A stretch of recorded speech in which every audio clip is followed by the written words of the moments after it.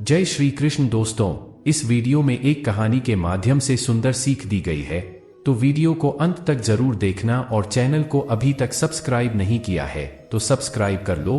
तो चलिए शुरू करते हैं। एक समय की बात है, एक निर्धन व्यक्ति राजा के महल में माली का काम करता था। उसने राजमहल के बाग में कई प्रकार के फलों के पेड़ लगाए थे। जो फल पक जाते उसे तोड़कर वो राजा के सामने प्रस्तुत कर देता। कई बार खुश होकर राजा उसे इनाम भी देते। एक बार बाग में आम, अंगूर और नारियल के फल हुए। माली टोकरी लेकर बाग में पहुंचा और सोचने लगा कि आज कौन सा फल महाराज के लिए ले जाऊं। कुछ देर सोचने के बाद उसने अंगूर तोड़ लिए और टोकरी में भरकर राजा के पास पहुंचा। उन दिनों राजा कुछ चिंतित था। उसे गुप्तचर द्वारा सूचना मिली थी कि पड़ोसी राज्य का राजा उस पर आक्रमण की तैयारी में है। वो इस बारे में गहन सोच विचार में डूबा हुआ था। तभी माली उसके पास पहुंचा और चुपचाप उसके सामने टोकरी रखकर कुछ दूर जाकर बैठ गया। राजा मंथन करते करते टोकरी से अंगूर उठाकर खाने लगा। वो आधा अंगूर खाता और आधा फेंक देता, जो माली के ऊपर गिरता। जैसे ही अंगूर माली को लगता, वो कहता, भगवान तू बड़ा दयालु है। सोच विचार में डूबे राजा का ध्यान इस ओर नहीं था कि वो अंगूर माली के ऊपर फेंक रहा है। एक बार फिर उसने अंगूर माली के ऊपर फेंका और माली ने फिर से कहा, भगवान तू बड़ा दयालु है। इस बार राजा का ध्यान माली की ओर चला गया। उसने आश्चर्य से उसे देखा और पूछा, माली मैं तुम पर झूठे फल फेंक रहा हूं और तुम कह रहे हो भगवान तू बड़ा दयालु है। इसमें भगवान की दया कैसी है? माली ने उत्तर दिया, महाराज आज बाग में 3 तरह के फल थे, आम, अंगूर और नारियल। मैं सोच रहा था आपके लिए कौन सा फल लाऊं। भगवान की दया से मेरी बुद्धि में आया कि आपके लिए अंगूर ले चलूं और मैं अंगूर ले आया। यदि मैं आम और नारियल ले आता तो सोचिए मेरा क्या हाल होता। इसलिए मैं कह रहा हूं कि भगवान बड़ा दयालु है। राजा माली का उत्तर सुनकर सोचने लगा कि वो व्यर्थ में चिंतित है। भगवान की दया से उसे समय रहते पड़ोसी राज्य के राजा ने बनाई हुई योजना का पता चल गया है। इससे उसे अपने राज्य की रक्षा की तैयारी का पर्याप्त समय मिल गया है। उसने भगवान को धन्यवाद दिया और राज्य की रक्षा की तैयारी में जुट गया। जब युद्ध हुआ तो उसमें उसकी विजय हुई और उसने अपना राज्य बचा लिया। इस कहानी से हमें ये सीख मिलती है कि समय का चक्र ऐसा ही है, कभी अच्छा समय आएगा तो कभी बुरा। अच्छे समय में हम भगवान को धन्यवाद देना भूल जाते हैं और बुरे समय में शिकायत करने लग जाते हैं। जबकि आवश्यकता है अच्छे समय के लिए हम भगवान का धन्यवाद करें और बुरे समय के लिए आभार व्यक्त करें कि हर परिस्थितियों का सामना करने के लिए ही उन्होंने हमारे सामने वह परिस्थितियां उत्पन्न की है। छोटी छोटी परेशानियों का सामना करके ही हम बड़ी मुसीबतों का सामना करने योग्य बन पाएंगे। इसलिए जीवन में आने वाली छोटी छोटी समस्याओं से घबराएं नहीं। सकारात्मक रहकर समस्या के निवारण के बारे में चिंतन करें, योजना बनाएं और निवारण में जुट जाएं। बुरी परिस्थितियां आपकी दृढ़ता की परीक्षा है। ऐसे समय में टूटे नहीं।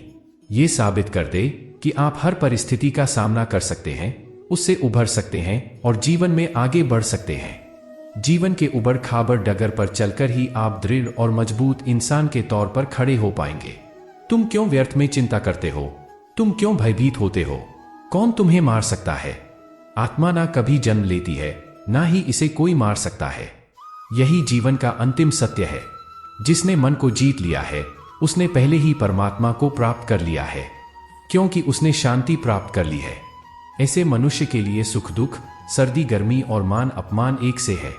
श्रेष्ठ पुरुष को सदैव अपने पद और गरिमा के अनुरूप कार्य करने चाहिए, क्योंकि श्रेष्ठ पुरुष जैसा व्यवहार करेंगे उन्हीं आदर्श के अनुरूप सामान्य पुरुष भी वैसा ही व्यवहार करेंगे। सफलता जिस ताले में बंद रहती है वो 2 चाबियों से खुलता है, एक कठिन परिश्रम और दूसरा दृढ़ संकल्प। श्री कृष्ण कहते हैं, मैं भूतकाल, वर्तमान और भविष्य काल के सभी जीवों को जानता हूं, लेकिन वास्तविकता में मुझे कोई नहीं जानता है। जो दान कर्तव्य समझकर बिना किसी संकोच के किसी जरूरतमंद व्यक्ति को दिया जाए वो सात्विक माना जाता है। जो पुरुष सुख और दुख में विचलित नहीं होता है वो निश्चित रूप से मुक्ति के योग्य है। कर्म वो फल है जिसे इंसान को हर हाल में काटना ही पड़ता है। इसलिए हमेशा अच्छे बीज बोए ताकि फसल अच्छी हो। जो लोग भक्ति में श्रद्धा नहीं रखते वो मुझे नहीं पा सकते, अतः वो इस दुनिया में जन्म मृत्यु के रास्ते पर वापस आते रहते हैं। मेरे लिए ना कोई घृणित है ना प्रिय, किंतु जो व्यक्ति भक्ति के साथ मेरी पूजा करते हैं वो मेरे साथ है और मैं भी उनके साथ हूं। मनुष्य को जीवन की चुनौतियों से भागना नहीं चाहिए, ना ही भाग्य और ईश्वर की इच्छा जैसे बहानों का प्रयोग करना चाहिए। मनुष्य को परिणाम की चिंता किए बिना, लोभ लालच बिना एवं निस्वार्थ और निष्पक्ष होकर अपने कर्तव्यों का पालन करना चाहिए। जिस तरह प्रकाश की ज्योति अंधेरे में चमकती है, ठीक उसी प्रकार सत्य भी चमकता है। इसलिए हमेशा सत्य की राह पर चलना चाहिए। जिस मनुष्य के अंदर ज्ञान की कमी और ईश्वर में श्रद्धा नहीं होती, वो मनुष्य जीवन में कभी भी आनंद और सफलता को प्राप्त नहीं कर पाता। जब जब इस धरती पर पाप, अहंकार और अधर्म बढ़ेगा तो उसका विनाश कर धर्म की पुनः स्थापना करने हेतु मैं अवश्य अवतार लेता रहूंगा। वो व्यक्ति जो अपनी मृत्यु के समय मुझे याद करते हुए अपना शरीर त्यागता है, वो मेरे धाम को प्राप्त होता है और इसमें कोई संशय नहीं है। जन्म लेने वालों के लिए मृत्यु उतनी ही निश्चित है जितना कि मृत्यु होने वालों के लिए जन्म लेना। इसलिए जो अपरिहार्य है उस पर शोक मत करो। वो जो वास्तविकता में मेरे उत्कृष्ट जन्म और गतिविधियों को समझता है, वो शरीर त्यागने के बाद पुनः जन्म नहीं लेता और मेरे धाम को प्राप्त होता है।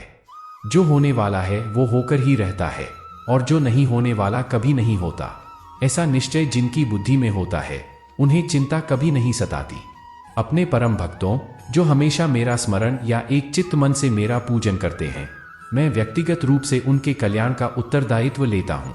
जो कोई भी व्यक्ति जिस किसी भी देवता की पूजा विश्वास के साथ करने की इच्छा रखता है, मैं उस व्यक्ति का विश्वास उसी देवता में दृढ़ कर देता हूँ। अच्छे कर्म करने के बावजूद भी लोग केवल आपकी बुराइयां ही याद रखेंगे। इसलिए लोग क्या कहते हैं, इस पर ध्यान मत दो, तुम अपना कर्म करते रहो। मानव कल्याण ही भागवत गीता का प्रमुख उद्देश्य है। इसलिए मनुष्य को अपने कर्तव्यों का पालन करते समय मानव कल्याण को प्राथमिकता देनी चाहिए। इतिहास कहता है कल सुख था, विज्ञान कहता है कल सुख होगा, लेकिन धर्म कहता है अगर मन सच्चा और दिल अच्छा हो तो हर रोज सुख होगा। क्रोध से भ्रम पैदा होता है, भ्रम से बुद्धि व्यग्र होती है।